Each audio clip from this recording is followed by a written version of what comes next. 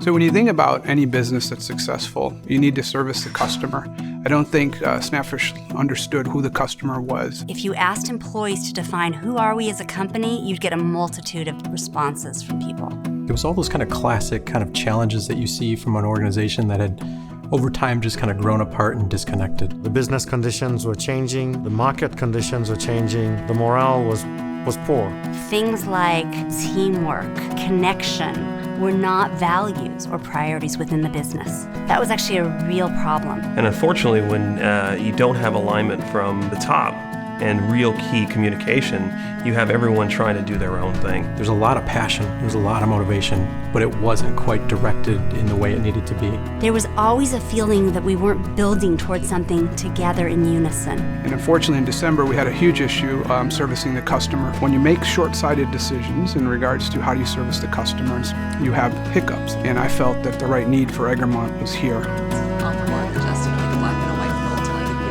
Egremont stepped in and they worked with us through this comprehensive process. First of all, just taking the pulse of people in the company just allowed them to vent, express their feelings. It was the forcing mechanism to start the communication again and to start having some really serious, open, honest dialogue about things that people didn't want to talk about. They just came in and said, we're here to help you.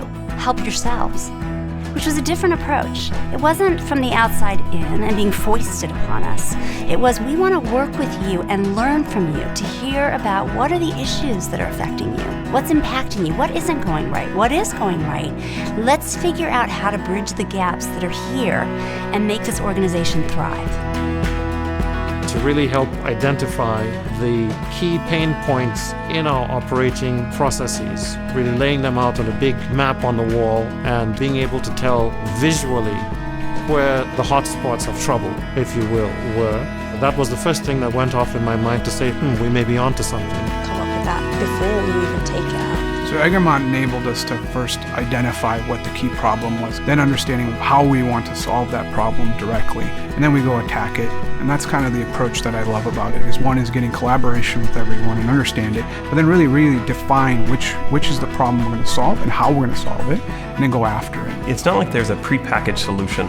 They're crafting that solution with you, and it's really a collaborative approach. They become part of your team in a way that I haven't seen before.